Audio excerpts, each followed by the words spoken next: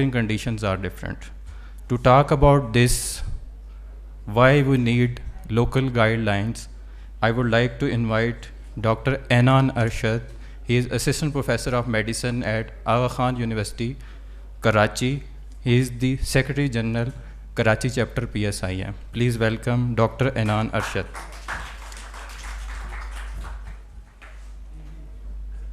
बिस्मिल्लाहिर्रहमानिर्रहीम. अस्सलाम वालेकुम.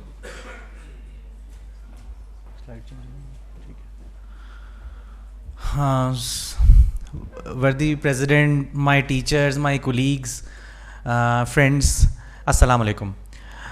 So my name is Dr. Enan Arshad. I am working as Assistant Professor in Department of Medicine, Aga Khan University Hospital. I am practicing internist, and I am also Associate Director of Dean's Center for Clinical Best Practices, which has been established since 4 years at Aga Khan University Hospital.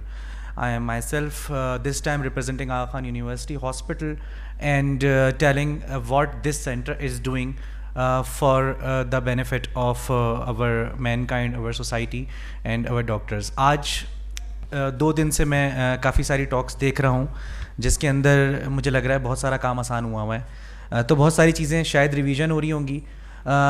Let's make this clear that मैं कोई guideline लेकर नहीं आया हूँ इस वक्त. तो हम सिर्फ ये देख रहे हैं कि प्रोसेस क्या है और किस तरीके से करें and how you guys can help us. So because सारे इंस्टीट्यूशंस के हेड्स इस वक्त हमारे साथ मौजूद हैं. So we will be needing, शायद ये सेकेंड लास्ट स्लाइड है लेकिन इसको पहले बता रहा हूँ ताकि एक इंटरेस्ट भी डेवलप हो. We will be needing your help in collaborations as external advisory board members for this initiative. And I think सिर्फ एक इंस्टीट्यूशन के करने से ये काम इतना अच्छा नहीं होगा जितना अगर हम सब मिलके करेंगे. सो बहुत सारी चीज़ें हैं कि एविडेंस बेस का जो थीम है, and I am grateful to professor Aftab Mohsin and doctor Somia Iqtidar for choosing this topic in the scientific programme which is very extensive scientific programme, and thank you. So these are my disclosures that no actual or potential conflict of interest in relation to this program and representation. Some things I find myself saying I learned in my current role. So this slide is not my slide. I have taken this slide from my dean. So my dean is a surgeon basically, and I think he discussed this slide in last presentation as well here. So he is surgeon by himself, but he says by his own life experience the smartest students go into medicine. Being an internist is much more complex in a lower middle income environment, and COVID reminded us medicine doctors are the true heroes. If you guys agree, please clapping कर दें इसके ऊपर. Thank you. So guidelines की ज़रूरत ये है कि हमें स्टैंडर्ड्स ऑफ केयर को रेगुलेट करना है, और आई थिंक हम सब इस स्पेस पे हैं कि हमें एविडेंस बेस पे काम करना है. हम इस पे सब एग्री कर चुके हैं. PSIM का वैसे भी मोटिव यही है. और उसमें आप देखें कि training standards of medical graduate का अभी पूरा मेडिकल एजुकेशन का सेशन हुआ. अच्छा ही हो गया कि वो भी डिस्कस हो गया. सो आप देखें कि PMDC और CPSP के प्रोग्राम्स हैं. फिर regulatory requirements on institution centres जैसे higher education by provincial health care commissions, and in some institutional voluntary seek joint commission international accreditation. If I am not wrong, 3 hospitals currently are JCIA accredited, and Aga Khan University, Shifa International and Shaukat Khanum, to best of my knowledge, maybe अब कोई चौथा हो गया हो, and ISO certification. So हम लोगों को याद होगा मेडिकल रेजिडेंसी में, हाउस जॉब में हम सब लोगों के पास एक बुक होती थी, वॉशिंगटन मैनुअल ऑफ मेडिसिन या वॉशिंगटन मैनुअल ऑफ सर्जरी, और सब लोग जल्दी से निकालते थे और निकाल के उसमें ना कुछ हेल्प मिल जाया करती थी. हम कुछ ऐसा सोच रहे हैं कि एक ऐसी बुक हो, एक ऐसी गाइड जो हो, और इंशाल्लाह I will try my level best कि हम हमारी जो सेरीना में कॉन्फ्रेंस डॉक्टर सोमिया ने अनाउंस की है, उस कॉन्फ्रेंस में हम इंशाल्लाह we will present that book in front of you, और एटलीस्ट द ऐप. सो एक बुक बनेगी और एक ऐप बन रही है विच आर अंडर वे. सो वो हम उसको देख रहे हैं. So this is the scenario कि आज के टॉपिक पे कि Faizan is a 45-year-old gentleman work as a clerk at a bank. His main complaint was frequent need to urinate and drinks a lot of water. He attributed to the chilled AC at his office, When he visited his family doctor with the same complaint 8 years ago, the doctor agreed and did not investigate further because at the age of 37, Faizan was too young to have diabetes. Faizan recently had minor crash on his bike leading to a wound on his right leg. Wound not heal. Eventually, Faizan had an amputation of right leg below the knee. So, क्या लगता है कि क्या हुआ होगा इसको?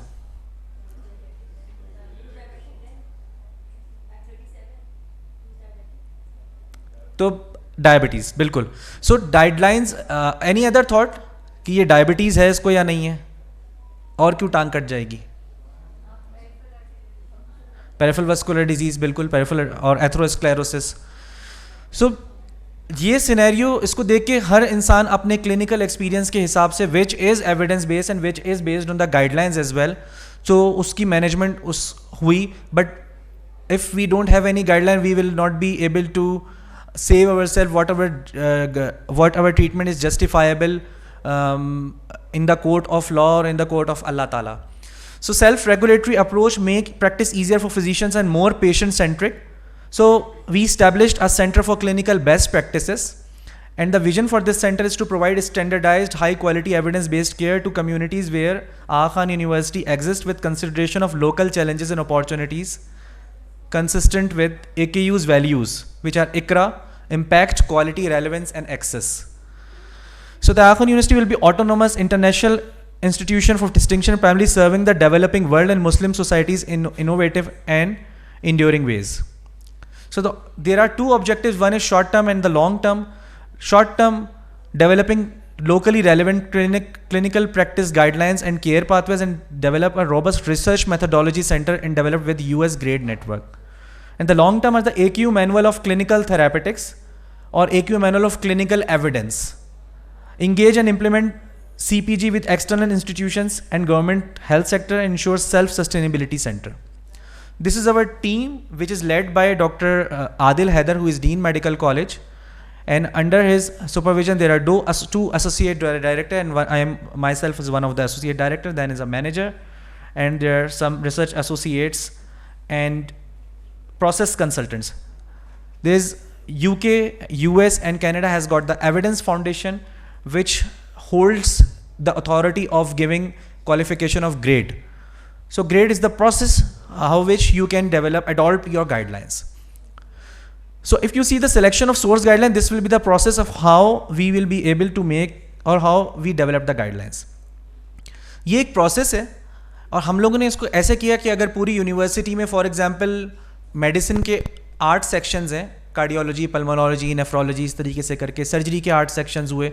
So total जितने भी सेक्शंस हैं, समझें पूरी यूनिवर्सिटी एक्सक्लूडिंग पीड्स, क्योंकि अभी उसको हम ना ले सके, सर्जरी, मेडिसिन, फैमिली मेडिसिन, और सबको हम लोगों ने उनके सेक्शन हेड्स को अप्रोच किया. हमने उनको कहा कि आप अपनी 5 या 7 वो मोटी मोटी बीमारियां बता दें जो आप बहुत ज़्यादा अपने पेशेंट्स में देख रहे हैं. वो बीमारियां वो बताए, उन्होंने सारी बताई कि हम जैसे डायबिटीज़ देख रहे हैं, डिसलिपिडीमिया देख रहे हैं, हाइपरटेंशन देख रहे हैं, हमारे पास बहुत आ रहा है, और हम देख रहे हैं, हमने बहुत सारी ये चीज़ें देखी. नॉन कम्युनिकेबल आजकल बहुत ज़्यादा एक बर्डन बना हुआ है. सब लोगों ने अपनी तरफ से ये दे दिया. फिर हमने मैच किया. So there were some common things, family medicine, internal medicine, general practice, इसके अंदर सारी कुछ बीमारियां बड़ी कॉमन आ रही थी. सब लोग डायबिटीज़ को देख रहे थे, सब लोग हाइपरटेंशन को देख. सो हमने उन सेक्शन से इंडिपेंडेंटली उनके अपने अपने सेक्शन हेड्स को, इन्हें डायबिटीज़ उनको भी दी, एंडोक्राइन को भी दिया, इंटरनल मेडिसिन को भी दिया, और फैमिली मेडिसिन को भी दिया. इसके बाद हमने कहा अब आपके जब ये बीमारियां बता दी, तो नेक्स्ट साइकिल में हमने कहा कि अब आप अपने जितने भी आपके सेंटर में एक्सपर्ट्स मौजूद हैं, उन एक्सपर्ट्स को बोलें कि वो गाइडलाइंस देखें. और वो हम लोगों ने, हमारे सेंटर ने भी वो गाइडलाइंस पिक की कि कौन कौन सी ऑलरेडी इस्टेब्लिश्ड गाइडलाइंस है जो वेस्ट में और जो पाकिस्तान में, उन सबको हमने देखा. उसके बाद ये एक सॉफ्टवेयर है, ग्रेट सॉफ्टवेयर, इसकी डिटेल में मैं नहीं जाऊँगा, इसकी पूरी एक ट्रेनिंग होती है. सो उसके अंदर जो है ना, उस सॉफ्टवेयर के अंदर उस गाइडलाइन के इंपॉर्टेंट पॉइंट्स को, क्या एविडेंस है, क्या है, उसको डाला गया. सो अगर आप देखें, एक एग्जाम्पल है, ये एक अप्रोप्रिएट सोर्स गाइडलाइन किसी ने उठाई. अब ये बात समझने वाली है कि अगर कोई कार्डियोलॉजिस्ट है तो कार्डियोलॉजिस्ट ने ही वो गाइडलाइन, वो टॉपिक चूज़ किया, कार्डियोलॉजिस्ट ने ही वो कार्डियोलॉजी की गाइडलाइन निकाली, और कार्डियोलॉजिस्ट ने ही उसकी ये फैक्ट्स ढूंढ के, उनके पूरे डिपार्टमेंट ने, पूरे सेक्शन ने ढूंढ के दिए. बट ये इंटरनल AKU के Aga Khan यूनिवर्सिटी के अंदर हुआ है. सो वो सारे दिए, और उसके कौन सी चीज़ें हमने अडॉप्ट कर ली कि यार ये तो लेना ही लेना है, लाइफस्टाइल मॉडिफिकेशन पे तो कोई क्वेश्चन नहीं है, ना उसमें पैसे खर्च हो रहे हैं, हम ले सकते हैं। अडॉप्ट किसको किया, किसको एक्सक्लूड किया। कुछ चीज़ें ऐसी हैं, हर किसी की एक्मो हमारे पास फैसिलिटी अगर अवेलेबल नहीं है, we can not use ECMO in our setup, but we can not say कि हम इसको यूज़, कि हम इसके खिलाफ हैं, हम उसको मना नहीं कर सकते, because it's already in evidence, already establish in evidence. But if we will not teach our students or our junior faculty member or junior people that ECMO is a standard of care thing for heart failure, अगर हम उसको ये बात बताएंगे नहीं तो how he, मतलब किस तरीके से आगे उसको पता चलेगा कि ये भी स्टैंडर्ड ऑफ ट्रीटमेंट होता है, हो सकता है। सो ये रिकमेंडेशन जैसे हाईलाइट हुई है कि रिकमेंडेशन 2.9 ये एक डायबिटीज़ की एक गाइडलाइन उठाई है और उसमें देखा for all people testing should be age 45। ये पिछले साल की बात है जब ये हो रहा था, तो इसको देखा, इसको अडॉप्ट किया, लोकल एविडेंस भी मिला। इसके बाद ये सॉफ्टवेयर है ग्रेड प्रो सॉफ्टवेयर, जिसके अंदर आप देख रहे हैं मुख्तलिफ सेक्शंस हैं कि कंपेयर करते हैं मैनेजमेंट क्वेश्चन, डायग्नोस्टिक क्वेश्चन और इंपॉर्टेंट क्वेश्चन, इंपोर्ट क्वेश्चन। इसके बाद ये क्वेश्चंस के ऊपर होगा, क्वेश्चन जो होगा पीको क्राइटेरिया के हिसाब से पूरा क्वेश्चन होगा, फिर fill out evidence to decision domain, और इसकी पूरी टीम है जो इसको कर रही होती है, बिकॉज वो सारा डेटा दे देता है और उसका डेटा जो है हमारा सेंटर है जो कि उसको फिर इनपुट करता है।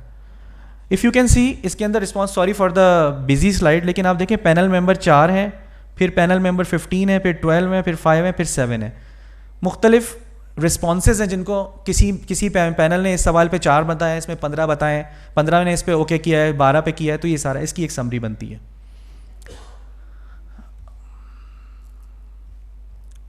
फिर सर्टेनिटी ऑफ एविडेंस चेक किया गया, फिर वैल्यूज़ उसकी क्या हैं, बैलेंस ऑफ इफेक्ट, रिसोर्सेज कौन कौन से, certainty of evidence required resources, because इसको जब प्रैक्टिकली करेंगे तो ज़्यादा इसमें मज़ा आएगा कि ये क्या चीज़ है।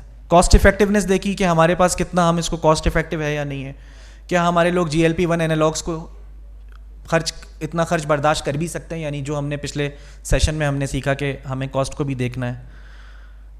फिर इक्विटी, एक्सेप्टेबिलिटी की कितना वो एक्सेप्टेबल है, नो है प्रॉब्ली, नो है प्रॉब्ली, येस है येस है, फिजिबिलिटी उसकी क्या है। और फिर इस तरीके से जब हम सारा करते हैं तो समरी ऑफ जजमेंट्स जो हैं वो इसके अंदर आ जाती हैं। देन हम उस पर रिकमेंडेशंस करते हैं कि स्ट्रॉन्ग रिकमेंडेशन है, कंडीशनल है, या फिर strong for the intervention, recommended for intervention. Conditional ये होता है कि उसमें प्लस माइनस है, बहुत ज़्यादा हमें नहीं मिला है, तो उसके बाद दोबारा इसके ऊपर सारा का सारा वो साइकिल दोबारा चलती है। तो अब देखिए फॉर ऑल द पीपल, ये इंक्लूड अडॉप्टेड रिकमेंडेशन क्या है, for all people testing should be at younger age 45। ये उसके बाद सारा प्रोसेस करने के बाद पैनलिस्ट ने ये कहा, panel member screening should be recommended above 30 year of as.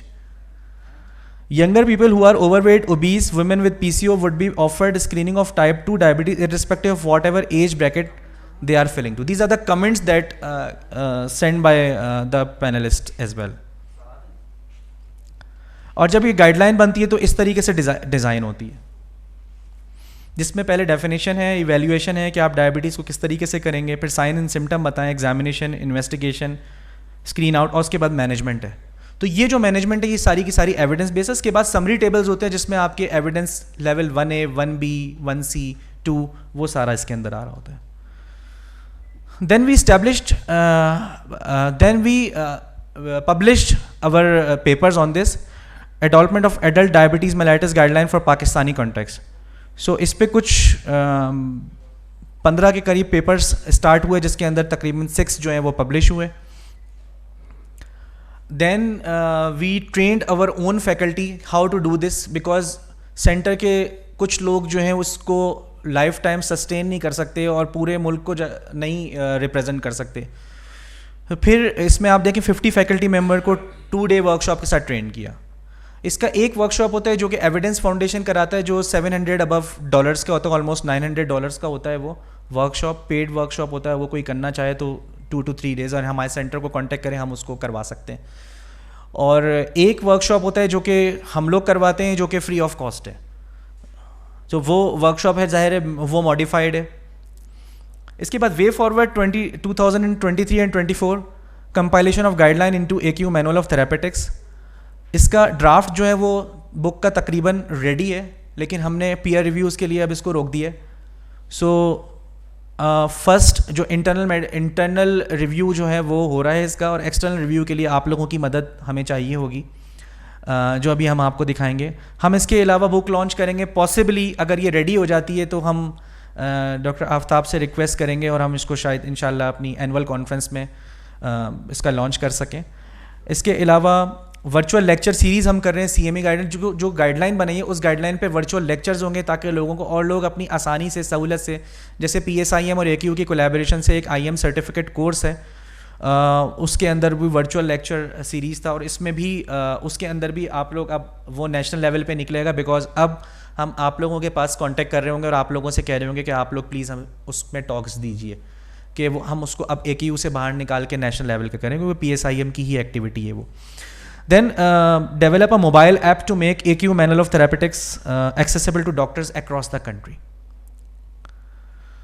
So अब डिसैमिनेशन प्लान इसका ये हमारा है, जिसमें टारगेट ऑडियंस इस कंटेंट के जनरल फिजिशियंस भी इसको यूज़ कर सकेंगे, senior physicians, residents, family medicine physicians, medical students, and अभी तो नहीं लेकिन शायद नेक्स्ट 1-2 सालों में हम बनाने में कामयाब हो जाएं पेशेंट के लिए मैनुअल, कि पेशेंट मैनुअल उस पर टीम्स काम कर रही है, लेकिन हम we can not do any false promises before doing anything. So ये इंटरनल एडवाइजरी बोर्ड है हमारा, which consist of specialist all over the Aga Khan university. These are almost 15 to 16 members जो कि इसको एक एक गाइडलाइन को फिर से रिव्यू कर रहे हैं कि इसमें कि क्या ये, क्योंकि बिकॉज वो जो मैनुअल है, is it useful, is it not useful, क्या बहुत ज़्यादा इन्फॉर्मेशन दे दी हमने, क्या हाउस ऑफिसर के लिए ये बहुत ज़्यादा तो नहीं हो जाएगा, क्योंकि इंटरनल रिव्यू की जब हमने मीटिंग की तो उसमें बहुत सारे क्वेश्चंस उठे। So we want to make it, पहली दफ़ा इतना अच्छा निकालना चाहते हैं कि सबके लिए यूज़फुल हो जाएगी, and we can always modify on the basis of feedback by all of you. In the end, I have written my email address so that you all can contact me individually so that we can help. So role of partner, there will be certain partners, Aga Khan Health Service Pakistan जो पूरे पाकिस्तान के अंदर and East Africa, College of Physician Surgeon Pakistan, Pakistan Society of Internal Medicine, PMDC, and other societies and advisory boards. इनको अभी हमने decide नहीं किया तो हमने establish नहीं किया। So एक्सटर्नल एडवाइजरी बोर्ड की कुछ सजेशंस हैं। कुछ लोग हैं जिसमें काफ़ी सारी सोसाइटीज़ के हेड्स हैं, और ये हमें इंटरनल एडवाइजरी कमेटी ने नाम दिए हैं कुछ, कि ये लोग हैं, इनको भी आप पीयर रिव्यूअर्स में डालें, और हम आप लोगों से भी रिक्वेस्ट करेंगे कि आप लोग भी हमें सजेस्ट करें जो इसमें आना चाहता है एज एक्सटर्नल रिव्यूअर, और ये हमारे लिए हेल्पफुल होगा। लेकिन डेडलाइंस बहुत स्ट्रिक्ट हैं इसके अंदर, यानी हमें विदिन आज से 4 वीक्स के अंदर अंदर हमने इसको कंप्लीट करना है रिव्यू को। तो अगर कोई भी करना चाहता है, कोई अगर इतनी कि 138 गाइडलाइंस हैं, और 138 गाइडलाइंस में डेफिनेटली मेडिसिन के लोगों को मेडिसिन की गाइडलाइन मिलेंगी, गायनी ऑप्स की नहीं मिलेंगी देखने के लिए। बच कुछ ये नाम है, और बाकी हम जो हैं we will be happy to have your suggestions. So thank you, I am very looking forward to this and your queries. I think time बिल्कुल सही है। Thank you. सो आप लोग, मेरा ईमेल एड्रेस लिखा हुआ है, किसी भी किस्म का कोई कमेंट है, कोई फीडबैक है, कोई सजेशन है, पॉजिटिव है, नेगेटिव है, we will be happy to take it, क्योंकि हम नहीं चाहते कि हम इतनी मेहनत करें और उसके बाद ये वॉइड एंड नल हो जाए, ये किसी के काम ना आए। सो हम ये चाहते हैं कि फॉर एग्जांपल मीरपुर ख़ास में रात के 3 बजे कोई मेडिकल ऑफिसर है, उसके पास कोई मल्टीपल माइलोमा का पेशेंट आ गया, तो कम से कम उसको ये पता हो कि हमें कुछ नहीं तो एल्बुमिन, ग्लोबुलिन, AG रेशियो देखना है या ESR करना है, क्योंकि बोन मैरो बायोप्सी तो वहाँ वैसे भी नहीं होगी, या सीरम प्रोटीन इलेक्ट्रोफोरेसिस तो वैसे भी नहीं होगा। अगर कैल्शियम बढ़ा हुआ है तो जल्दी से पैमिड्रोनेट, कुछ नहीं मिल रहा तो कम से कम पानी दे के उसका कैल्शियम गिराए। सो आई थिंक इतना कॉस्ट इफेक्टिव भी हो जाए और वो चीज़ भी हो जाए। सो थैंक यू सो मच।